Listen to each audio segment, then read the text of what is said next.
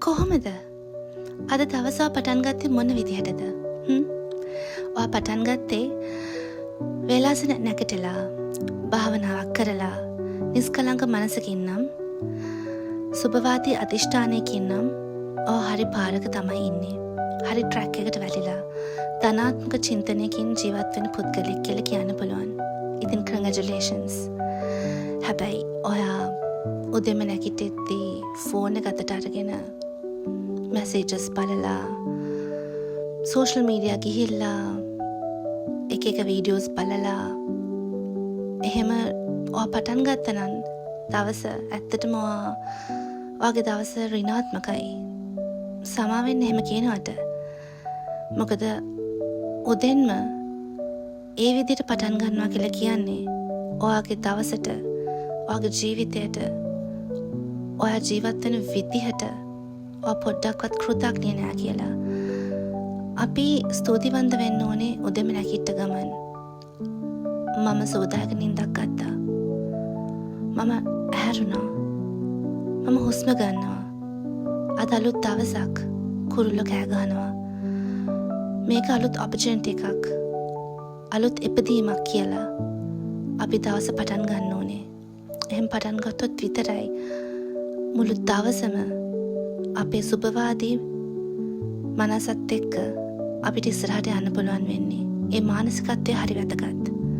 ඉතින් උදෙන්ම ඔයා පටන් ගන්න විදිහ ඔයාගේ නරක පුරුදු තියෙනවා නම් මං කිව්වා වගේ ඒව බැහැර කරලා නිස්කලංකව නිරවුල් මනසකින් පටන් ගන්න පුළුවන් නම් එතන ඉඳලා ඔයාට කෘතඥ වෙන්න පුළුවන් සුදුසුකමක් හැදලා තියෙනවා.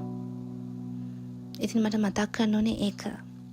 තව දෙයක් තමයි දවස් තිස්සේ අපිට එන හැඟීම්, විශේෂයෙන්ම කේන්තිය, ඊර්ෂ්‍යාව, මොකක් හරි සම්බන්ධයෙන් ගැටීමක් තියෙනවා නම් අපි කල්පනා කරන්න ඕනේ දවස් අවසානයේදී දවසේ වෙච්ච දේවල් රිෆ්ලෙක්ට් කරන්න. ඒ කියන්නේ අපසට හැරිලා බලන්න අද දවසේ ඔයාගෙන් වෙච්ච අත්වැරදීම්. ආයේ අනිත් දවසට ඒවා ගෙනියන්න නැතිව ඉන්න. එක දවසකින් දේවල් හදාගන්න අමාරුයි. කාලයක් ගන්න. හැබැයි ඔයා කල්පනා කරන්න ඕනේ හිතට එකගව ඔයාගේ ගතිගුණ ප්‍රගුණ කරගන්න. ඉතින් හැම දෙයකටම ඕන වෙන්නේ ඔයාගේ ජීවිතය දිහා සුබවාදීව දකින්න, සුන්දරව දකින්න පුළුවන් මානසිකත්වයක්. ඉතින් මානසිකත්වයට ඒ සුබවාදී චින්තනයට ගොඩක් දේවල් ඔයාගේ ජීවිතයට ළඟා කරගන්න පුළුවන්. ළඟා කරගන්න වගේම ඊට කලින් අපි පරණ දේවල් සහ ඌමනා නැති දේවල් බැහැර කරන්න ඕනේ. උදාහරණයක් ගත්තොත් අපි අල්මාරියක් අස් කරද්දී පරණ ඇඳුමුත් එක්ක අලුත් ඇඳුම් දාලා අපි අල්මාරිය ඔබලා දොර වැහුවොත් ඒ දොර ඇරපු ගමන් එක පාටම ඒ රෙදි කන්ද කඩාගෙන වැටෙනවානේ.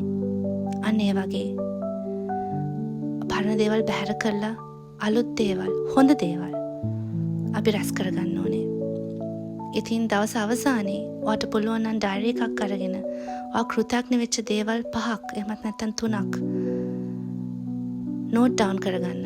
ලියන්න. ඔයාට දවස් ගානේ ඒවා කියවන්න. සතියක් ගානේ කියවන්න. මාසයක් ගානේ කියවන්න. ඔයාට තේරෙවි ඔයාගේ ජීවිතේට කොච්චර දේවල් නම් ලැබිලා තියෙනවද කියලා. දන්නවද මේ හුස්මට පවා ඔයාට කෘතඥ වෙන්න පුළුවන්. මේ හුළඟට, අවට පරිසරයට, ඔයාට නොපෙනෙන මේ පුංචි දේවල් වලට, උදේ හිරු කිරණට. ඉතින් ඔයා වාසනාවන්තයි. මම වාසනාවන්තයි. එහෙම හිතුවාම ඔයාගේ ජීවිතය සුන්දරව, නිස්කලංකව ගලාගෙන යන්න පුළුවන් ගමනක් වේවි. ගිහින් එන්න.